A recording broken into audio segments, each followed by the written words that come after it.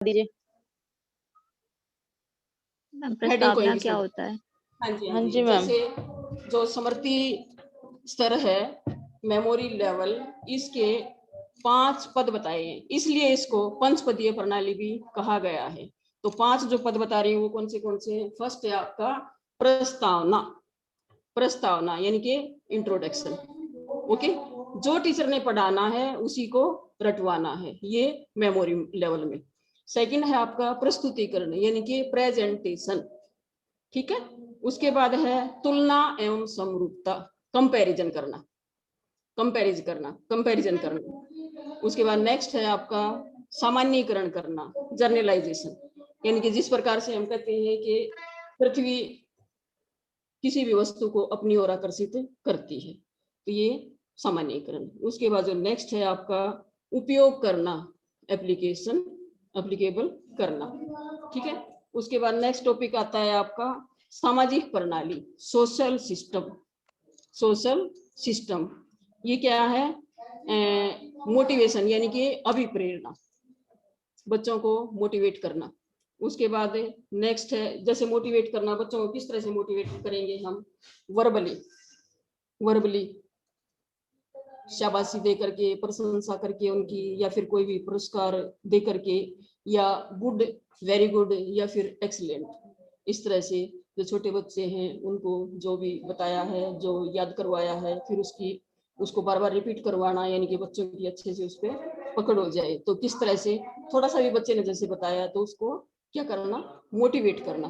उसके बाद शिक्षक क्या करते हैं इसमें कि एक्टिव होते हैं। शिक्षक क्या करते हैं? एक्टिव होते हैं। इनके जो भी कुछ बताना है वो टीचर ने ही बताना है। ये किसमें बता रही हूँ आपको?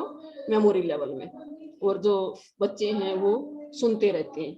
ठीक है, तो ये क्या है? ये प्रणाली शिक्षक केंद्रित है। जितना भी रोल होता है वो सारा टीचर का ही होता है इसमें। उसके बाद जो मतलब यानी जो बच्चे हैं वो निष्क्रिय होते हैं। निष्क्रिय कैसे? पैसिव होते हैं, सुनते रहते हैं। तो ये केवल श्रोता की भूमिका निभाते हैं। कौन? बच्चे। उसके बाद नेक्स्ट है आपका मूल्यांकन। मूल्यांकन कैसे करना है? अब हम बच्चों का मूल्यांकन कैसे करेंगे? एवल्यूएशन कैसे करेंगे? एवल्यूएट कैसे कर पाएंगे कि जो हमने बताया है, इनके टीचर ने जो पढ़ाया है वो बच्चों को समझ में आया है या नहीं आया है? या तो मौखिक रूप से और या फिर लिखित रूप से, ओरली या फिर रिटन। ठीक है, उसके बाद इसमें सजेशन हम क्या देंगे बच्चों को कि एक तो बच्चों को अगर मान लिया मूड नहीं है बच्चों का पढ़ने के लिए, तो उस टाइम टीचर को नहीं पढ़ाना चाहिए। बच्चे अगर मान लिया थकान महसूस कर रहे हैं या मतलब क्लास का इन्वायरमेंट इस टाइप का है, तो उस टाइम बच्चों को नहीं पढ़ाना चाहिए। दूसरा, जो भी बच्चों को पढ़ाया है यानी कि रटवाया गया है, समझाया गया है, उसको बार बार रिपीट करना, तभी वो क्या हो पाएगी? पुनरावृत्ति करने से ही बच्चे अच्छी तरह से इसको रट पाएंगे। ठीक है, तो ये क्या था आपका लेवल ऑफ टीचिंग का फर्स्ट लेवल, यानी कि मेमोरी लेवल। समझ आया आपको? उसके बाद नेक्स्ट टॉपिक, नेक्स्ट है आपका second level, understanding level of teaching. Understanding यानी कि बोध स्तर, बोध स्तर का शिक्षण। ये जो मेमोरी लेवल था इसका प्रतिपादन किसने किया था? हर्बर्ट ने। ठीक है, इसमें 4-5 ही बातें मेन हैं जो आप अच्छे से इसमें मतलब आप अपना कुछ भी नहीं लिख सकते। सबसे पहले तो ये छोटे बच्चों पे का लेवल है, मेमोरी लेवल है जो वो छोटे बच्चों पर ही अप्लाई होती है। दूसरा ये है कि बच्चे इसमें बिल्कुल मतलब पैसिव होते हैं, जितना भी बच्चों को टीचर ने बताया है सिर्फ उतना ही वो याद करते हैं, रटते हैं। तीसरी बात इसमें क्या है कि ये पंचपदीय प्रणाली है। ठीक है, उसके बाद जो आपका सेकंड लेवल में बता रही हूँ वो कौन सा है? अंडरस्टैंडिंग लेवल ऑफ टीचिंग, बौद्धिक स्तर का शिक्षण। जो बोध है इसका मतलब क्या है? अंडरस्टैंड किसको बोलते हैं? बोध किसको बोलते हैं? तथ्यों में क्या है, जो फैक्ट्स हैं आपके उनमें संबंध स्थापित करना, ये बोध है। इस प्रणाली में यानी कि जर्नलाइजेशन, सामान्यीकरण, दूसरा सूझबूझ, अंडरस्टैंडिंग यानी कि, और समस्याओं का समाधान, कोई भी आपकी प्रॉब्लम है यानी कि प्रॉब्लम सॉल्विंग, और क्षमताओं का विकास। इनमें तथ्यों को रटवाया नहीं जाता है, इसमें बौद्धिक स्तर का जो शिक्षण है, अंडरस्टैंडिंग है, इसमें बच्चों को रटवाया नहीं जाता है। तो जो मॉडल ऑफ अंडरस्टैंडिंग है, इसके मॉडल कौन से हैं? सबसे पहले हम बात करेंगे कि जो बौद्ध स्तर का प्रतिमान है, मॉडल शिक्षण है, मॉडल ऑफ अंडरस्टैंडिंग है, इसका प्रतिपादन किसने किया था? मॉरिसन ने। किसने किया था? मॉरिसन ने। तो जो इसके ऑब्जेक्टिव है, उद्देश्य है, वो क्या है कि तथ्यों का जो तथ्य हैं या फिर प्रत्यय हैं, कंसेप्ट, यानी उस पर बच्चों की अच्छी तरह से पकड़ हो जाना, स्वामित्व बन जाना। गेन मेमोरी ऑफ कंटेंट, जो भी बच्चों को टीचर नॉलेज देना चाह रहा है वो अच्छे से बच्चों को समझ आ जाए, उसमें मतलब अपनी जो समस्या है वो अच्छे से क्लियर हो जाए। तो उसके बाद है नेक्स्ट आपका संरचना। संरचना कौन सी है? सबसे पहले जब हम अंडरस्टैंडिंग बच्चों को बताएंगे तो पहले हम क्या करेंगे? प्लान करेंगे, यानी कि टीचर पहले से ही प्लान करके रखिएगा कि बच्चों को आज हमने क्या पढ़ाना है।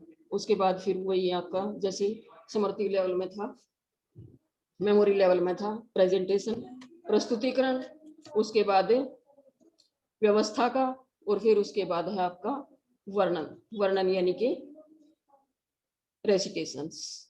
ठीक है, तो जो व्यवस्था है और रेसिटेशन, इनकी व्यवस्था और वर्णन को हम कई बार एक ही समझ लेते हैं, लेकिन जो व्यवस्था है उसको क्या बोलेंगे? ऑर्गेनाइज करना, यानी कि समझी हुई जो चीज है, समझा हुआ जो ज्ञान है, उसको लिख करके बताना। ये क्या किस में आएगा? आपका व्यवस्था में आएगा, ऑर्गेनाइज में आएगा। उसके बाद नेक्स्ट है आपका वर्णन। क्या बता रही हूँ मैं आपको? ये संरचना बता रही हूँ किसकी? मेमोरी अंडरस्टैंडिंग लेवल की। कौन सी बताइए? प्लानिंग का, प्रेजेंटेशन का, उसके बाद एसोसिएशन का, परिचालक, परिपाक यानी कि, और व्यवस्था, ऑर्गेनाइजेशन। उसके बाद जो फिफ्थ है आपका वो वर्णन। तो व्यवस्था में मतलब क्या है? बच्चों को लिखकर समझाया जाता है व्यवस्था। और वर्णन में क्या करवाया जाता है? जो टॉपिक बच्चों को पढ़ाना है, जो बच्चों को सिखाना है, वो बच्चे क्या करें? पहले तो उसको अच्छे से समझें और फिर टीचर उनका क्या करे कि जितना भी समझ में आया है उसका दोबारा से फिर रिकैप्चुलेशन यानी कि पुनरावृत्ति करवाएं। उसके बाद नेक्स्ट है आपका सामाजिक प्रणाली, सोशल सिस्टम। मोटिवेशन, किस तरह से मोटिवेशन बच्चों को कैसे करना है? प्रस्तुतिकरण में शिक्षण छात्रों को अभिप्रेरित करते हैं, यानी इसमें बाह्य और अंतः, इंटरनल और एक्सटर्नल दोनों ही अभिप्रेरणाएं काम करती हैं। उसके बाद नेक्स्ट है आपका एवल्यूशन कैसे करेंगे हम? मूल्यांकन किस तरह से करेंगे? ओरल में, मौखिक यानी कि ऑब्जेक्टिव, वस्तुनिष्ठ, रिटर्न या फिर प्रैक्टिकल। ऑब्जेक्टिव, वस्तुनिष्ठ, ओरल मौखिक रूप में, रिटर्न लिखवा करके या फिर प्रैक्टिकली प्रयोग करके। इस तरह से बच्चों का क्या करेंगे? हम एवल्यूशन करेंगे। उसके बाद नेक्स्ट है आपका सजेशन। इसमें हम सुझाव क्या देंगे? जो अंडरस्टैंडिंग लेवल है इसमें हम सुझाव क्या देंगे? यानी कि बोझ असफल होने पर सबसे पहले तो लेवल का पुष्टिकरण करना। किस तरह से? यानी कि जो बच्चों को हम समझाना चाह रहे हैं, क्या बच्चे उस लेवल के हैं, या फिर जो हम पढ़ाना चाह रहे हैं, जो पहले क्लास ली गई थी, क्या उससे रिलेटेड है ये? यानी कि हम बच्चों को अब जैसे मान लिया वाक्य समझाना चाह रहे हैं, तो बच्चों को शब्दों का ही नहीं पता होगा तो कैसे समझ पाएंगे? सुझाव में क्या है कि बोझ में सफल होने के लिए पहले तो लेवल, उसके बाद जो पाठ्यक्रम है वो, और लास्ट में क्या है? बच्चों को मतलब बार बीच में मोटिवेशन करना पड़ेगा, मोटिवेटेड। ठीक है, उसके बाद जो आपका थर्ड लेवल है वो कौन सा था? Third level reflective level of teaching. Hindi में इसको क्या बोलेंगे हम? चिंतन स्तर।